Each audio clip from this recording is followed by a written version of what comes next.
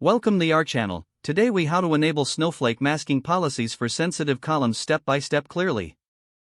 To enable Snowflake masking policies for sensitive columns, begin by logging into your Snowflake account. Navigate to the database where your sensitive data is stored. Locate the schema containing the tables with the columns you want to mask. Identify the specific columns that require masking. Create a masking policy using the Snowflake SQL command. The syntax for creating a masking policy is as follows: define the policy name, data type, and the masking expression. For example, you might use return null for columns that need to be hidden. Once the policy is defined, use the SQL command to create it in your Snowflake environment. After creating the masking policy, the next step is to apply it to the appropriate columns. Use the alter table command to modify the desired table. Specify the set masking policy clause along with the name of your masking policy.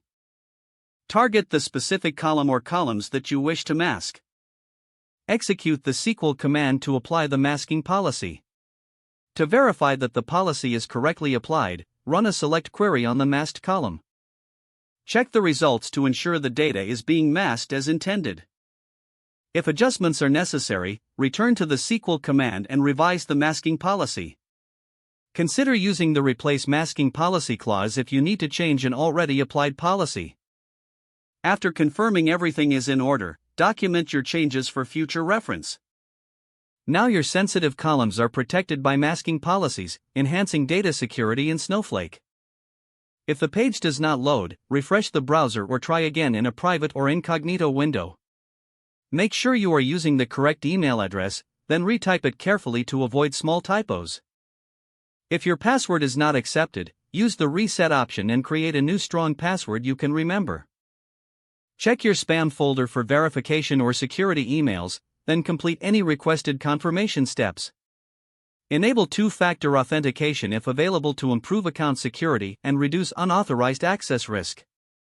After signing in, review your profile details so your contact information and settings are accurate and current. If you see an error message, note it down and try again after restarting your device and internet connection. Log out when you finish, especially on shared devices, to keep your account and payment information secure. If the page does not load, refresh the browser or try again in a private or incognito window. Don't forget to like this video and subscribe to our channel for more step-by-step tech guides.